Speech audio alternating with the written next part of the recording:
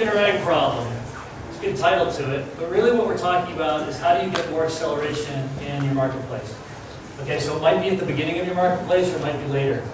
But instead of talking generally about stuff, what I always like to do is talk about the exact tactics, right? So I've invested in over 60 marketplaces. I run a venture firm called NFX with a guy named Pete Flint, who founded Currier, which is a marketplace in the real estate space.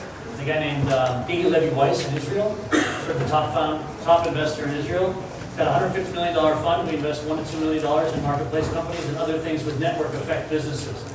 And so over the years, I've invested about 60 marketplaces. And so every company, whether they fail or succeed, we get to learn tactics. Right? We're right there on the ground working with the companies. Prior to this, I founded 4 venture-backed companies that were successful. So I made thousands of mistakes myself and did a few good things myself. And so I'm standing in front of you as if I know what I'm talking about. Gary knows I don't. Okay, here we go. Let's solve the chicken or egg problem. Let's jump into it. I've got 19 tactics for you. You may or may not recognize some of these as you go. Okay. The first thing is you've got to figure out which is the hardest side, and you've got to get that side first. So let's talk about outdoorsy, right? RV rentals. They looked and they saw that there was a lot of demand for RV rentals, but only 50,000 RVs to rent in the United States. So the first thing they focused on was getting those RVs on the platform. Once they got those on the platform, the demand just came. It just came right in. Same thing with Catalan, right? Or actually the opposite. These guys have tons of consultants, the supply side, but very few on the demand side, which are the corporations who are shelling out 10 grand, 30 grand for these consultants. Okay, so if they can get the demand side, if they can embed themselves with the demand side, then they're going to be able to, the consultants will just show up. All right, so these are the, and some people will say, oh, the supply side is the only important side of the marketplace. Well, they haven't actually invested in 60 marketplaces. They don't understand that marketplaces are each different. Okay? And you have to figure out which is the hard side, and then you got to go get that hard side first. Second thing, appealing tightly to one niche within that. So let's talk about Amazon, right? They appealed tightly to books at the beginning, and then they started expanding from that. Or eBay, right? They started in Beanie Babies, or they said they started with Pez dispensers. That was a fabrication. But they started with Beanie Babies, and then they very quickly went through the other groups, but they would focus on each group. And there's a legend that Pierre Omidyar quit the company when they had a big whiteboard, and they had 100 categories across, and they had 100 power sellers in each category. He put the cap on the top of the pen, put it down, and he quit, and he hired Meg to run the company for him. Because they had started with one, and then they went after each niche, focusing on a niche.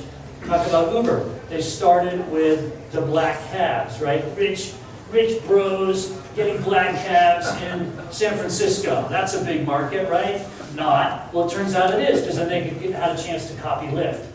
Okay? And then turned around that copy, that clone, in 30 days. All right? LinkedIn.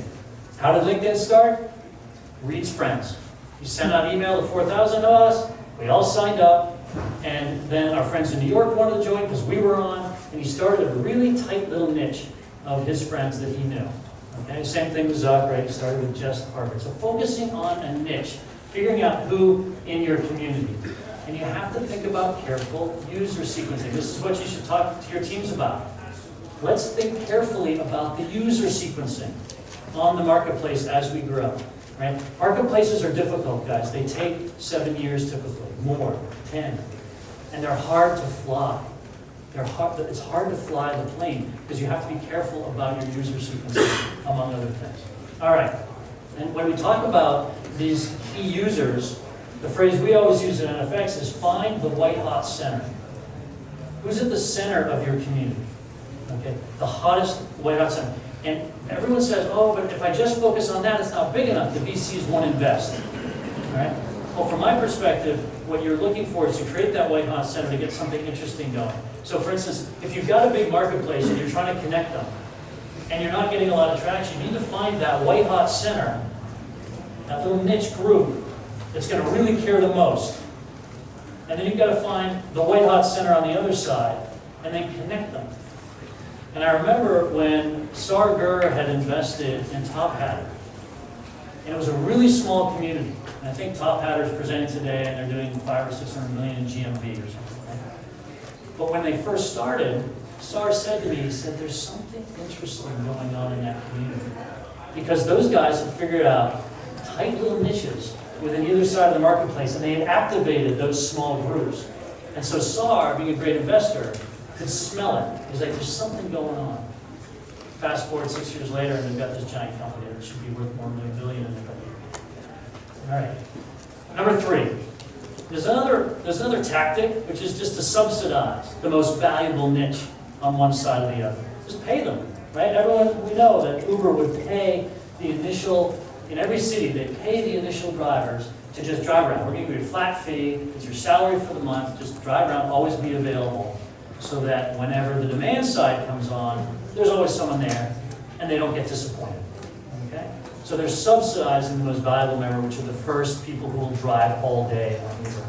With this company called Helix, right? So you put in, you get your genetic test, and then you're supposed to buy all sorts of things because of that data. It's a marketplace of things to buy based on your genetic data. Okay, well, the genetic test costs $600, but they only charge $900, or they cost $400, they only charge $99. So they're subsidizing the most important part of the marketplace, which is the consumer demand side. Right? So that's another company. ClassPass, right? These guys were going to the exercise clubs in various cities, and they would just pay the money.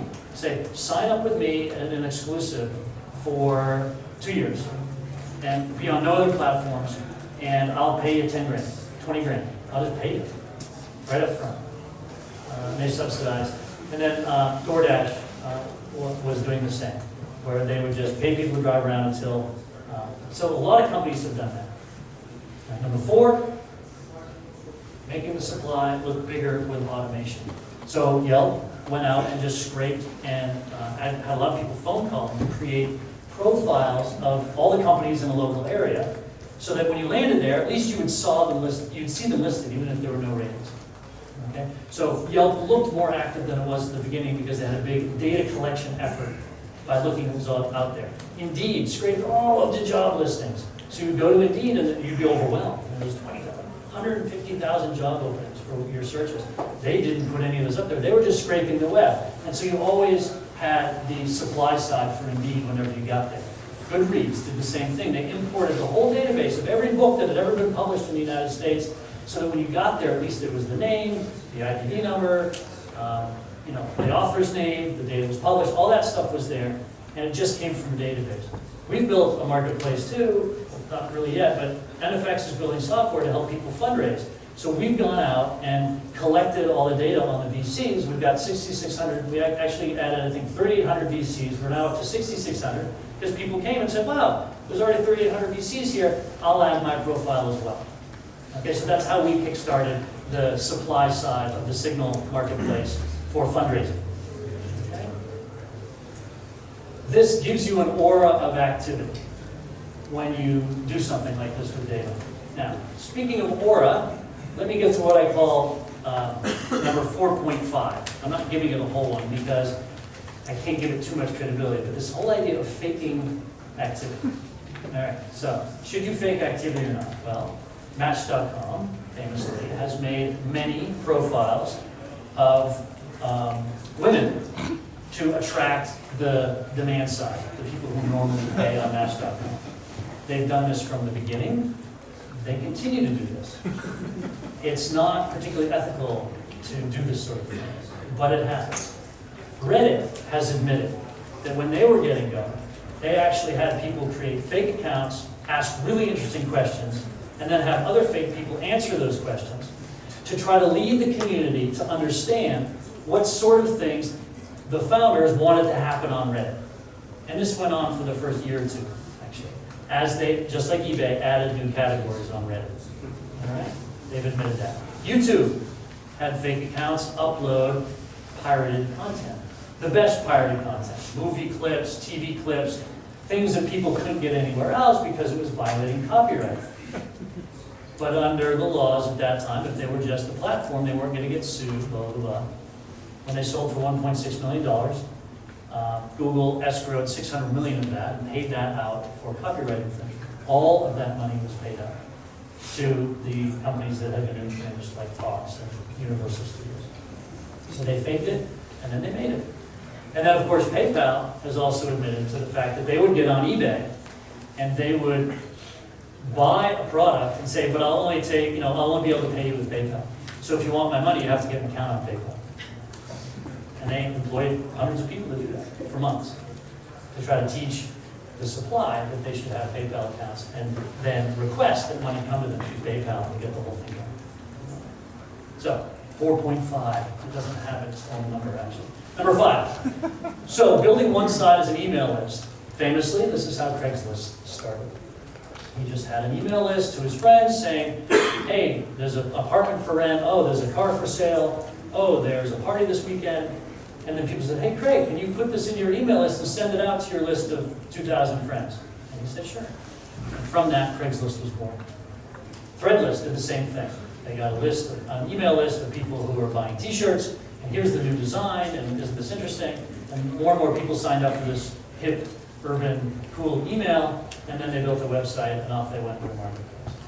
It's another good way to go. Very underlooked. Physical parties. Right? Doing things that don't scale. So Poshmark does posh parties, where they throw these parties and people come, generally women will come and exchange used clothing at these posh parties. They'll build relationships. They will also stand there next to each other and create listings that will then go up on Poshmark, the website. But this community building and this relationship building then led to lots of social media, which then led to lots of downloads and the feeling that people wanted to be in this community and participate. Okay? Yelp famously threw some great parties in 2004 and 2005. Everyone got drunk, everyone had a great time, and went away feeling very positive about Yelp and feeling like they wanted to be, Yelp elite and actually be some of the people rating on the website. And it was very effective and really fun for the founders. So this can be a great tactic. Most physical parties for most marketplaces don't work. It doesn't scale enough. But doing a few and then being really loud about it on social media can help build that feeling of community and give you some really intense users of your product. Number 7, building a tool for one side. Now, a lot of people are doing this, and this is a really good way to go. Whether it's OpenTable building the software for the restaurants, or HoneyBook building the software for the event planners, and now all of the creative freelancers in the US, Patreon building a tool for the creatives to then get paid through, StyleSeat building software for the hairdressers, and then Outdoorsy building software for the RV rental companies, the mom and pops around the country, so they can run their business. Once you are locking in one side of the supply by giving them a SaaS tool, whether it's the demand or the supply, it makes managing the other side much easier and managing your revenue from that. Okay, so this is something you're going to see a lot of going forward. It's really just, OpenTable was really kind of the first demonstration of it about 15, 20 years ago, and others are picking up on it as we go. Here's another interesting one that where you give software not to the supply or the demand, but actually to a third party that is then going to bring you one of the supply. So MySpace gave band profiles to bands and let them reach out to their audiences through MySpace. They didn't have a band-centric software platform before. Those people then went out and brought in a lot of users to the MySpace platform. All right. Another example of that would be Android, right? Android said, hey, you're all scared of iOS, aren't you, manufacturers of cell phones? Well, you should be, but here is some software. Why don't you go out and get us the consumers, and then when you do, we'll take 30% of that revenue. Thank you very much. All right, pretty clever. Pretty clever. Number 9, you can find one giant user on one side or the other.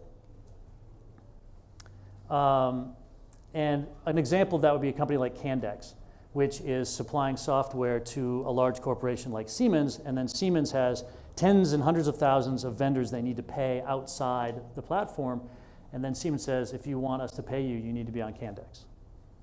Okay? But this is often very hard. Another tactic for the chicken and egg problem is to make sure that one side, at least one side, doesn't have to change any of their behavior. A great example of this is Square. I, as the consumer, am swiping my credit card at a store. I just want to swipe it at a flea market, but I can't because there's no Square. Now there's Square.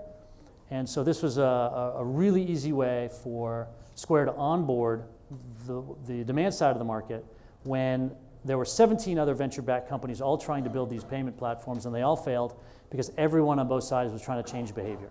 In this case, only the merchant had to change behavior. Number 11, suddenly make something free that wasn't.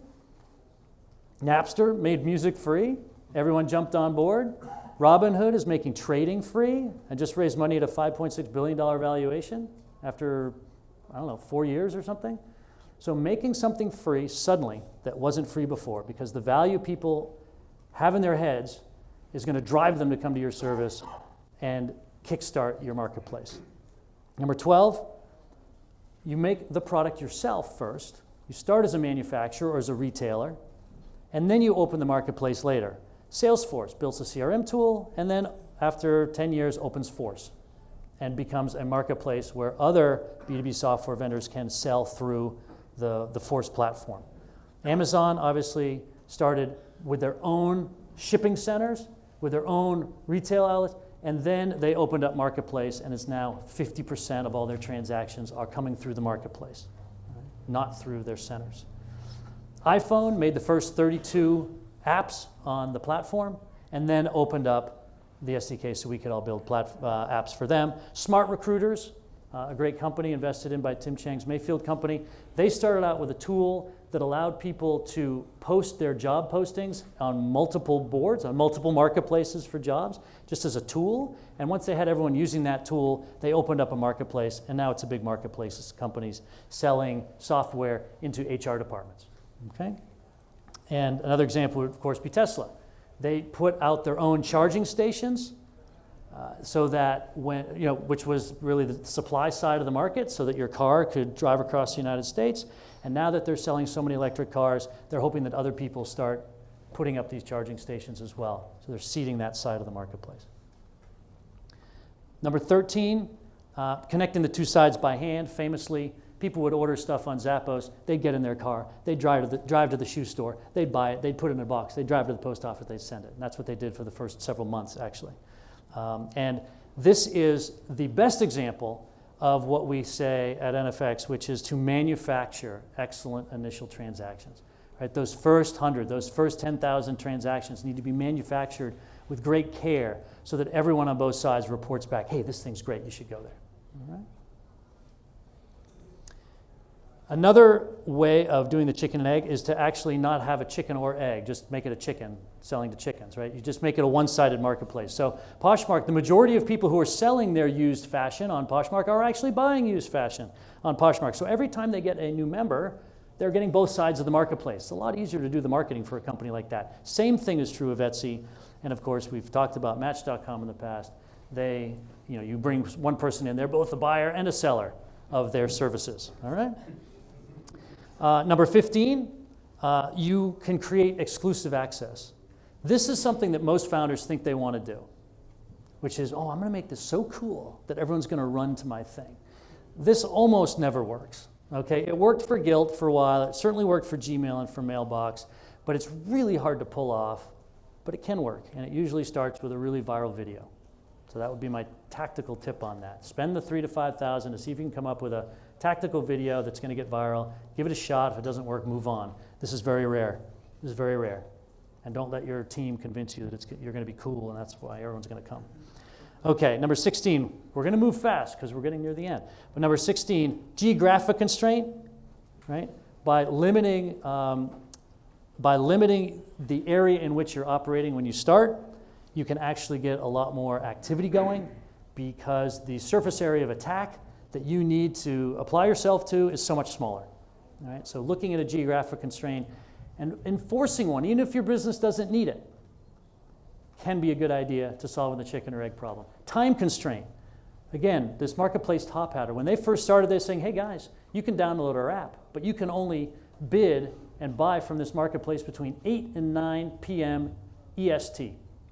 And so everyone would wait until, and then they'd hop on at 8 p.m. And then because there was, there's only 80 buyers and 14 sellers, but you felt like the room was full because everyone during the day wasn't coming in and seeing no one there. They were all on during that 1 hour. And so there was excitement. It was a great way to solve the chicken or egg problem. The amount constraint, Groupon. They had so many coupons, but they only gave you one a day. They could have given you 20, and there would have been plenty of people in the organization who would have said, why don't we just put up a web page? Then people can get the coupons anytime they want. Won't we sell more? The answer is no, because they constrained it down to one Groupon a day, and so everyone knew what they were dealing with. All right? Fiverr, you can only buy something for $5. Well, what's the price? Well, it's $5. Well, can I make it another price? Wouldn't we sell more if we allowed people to have other prices? Not at the beginning. Now, after 7 years, Fiverr has opened up, and it's things for $5 and more, or something like that. But for the first 7 years, they constrained it, and that gave it an identity, that gave it a reason for people to be there, it gave it a simplicity, increased their conversion rates. So through constraint, you actually build speed. Number 19, paying users with tokens. This is a new one. I know some of you in the audience like this. Companies like OpenBazaar and WeMark. OpenBazaar is doing a marketplace for everything. WeMark is doing a marketplace for photography, so taking on Shutterstock. And basically the way this works is that in most marketplaces, no one wants to join until everyone is there. So as your motivation to join will increase over time as long as the activity goes up. But the activity takes a while to ramp up. Right? So with OpenTable, they couldn't open the marketplace for 7 years. It just took a long time. Well, with these tokens, you can just pay people. That will be their motivation at the beginning because there is no activity. And then over time, as the activity ramps up, the amount you have to pay them decreases, and then hopefully your token value stays the same or goes up, and then you're wealthy, and that's how you're a rent seeker, even though you're pretending you're not a rent seeker, and you really are. So that's all very well and good. I've shown you 19 tactics that we've got on our list at NFX about how you solve the chicken or egg problem, or if you have a working marketplace, how you accelerate and amplify your marketplace from where it is today. That's all very well and good, but you still need to get people to your website. So you've got these tactics to help them once they're there, but how do you get them there? I'm not going to go into great detail, but I do want to point out that when you're looking at free growth channels, it's very, if you look back over the last 15 years, the free growth channels are really declining. Those who own those channels have figured out how to lock them down and make us pay for it. So there's a lot of the free and viral social channels, there's only a few left. That's the nice news. It's not an infinite complexity. Right? There's only a short list of places for you to turn to learn how to bring new people to your website for free. All right? Of these, I feel like word of mouth and doing something extraordinary and doing good SEO are probably still our best bets in terms of bringing free traffic in. Okay? At the same time, the number of options to buy traffic are increasing, and so paid advertising is becoming more important. And similarly, there's only a limited number of places to go for this that you can do at any scale. Now, there's lots of little places you can go, but when you're looking to build a big business, you've got to convince yourself and you've got to convince your investors that you've got a place where you can go to get a nearly infinite number of people or businesses to participate in your marketplace. And so you need to look for scalable paid platforms, not little niche ones. Okay? 19 tactics for your chicken or egg problem. Whole bunch of channels to bring people to a website. And the last thing I want to say is all of that will mean nothing if you don't actually build a culture of growth in your company. And there's only 4 points that I want to make about this. That in your culture, you have to be willing to sustain the pain of failure and iterate relentlessly, because you're going to probably try 6 or 8 of these different chicken or egg tactics, and most of them will fail. And then you're going to try 6 or 7 of these different growth channels, and most of them will fail. And so if you don't have, and if you don't teach your company employees to have, to be able to sustain the pain of failure, then you will eventually fail. You must be patient as you go through the attempts to do this. You're going to have to be willing to push the boundaries. Remember Rule 4.5. And really, it's not a one-time gimmick. It's unlikely you're going to find one thing that's going to work. You're going to have to find multiple things that are going to work. All right? It's a philosophy. So we publish a lot of this kind of stuff at NFX Essays. Feel free to sign up for the email. Thank you very much.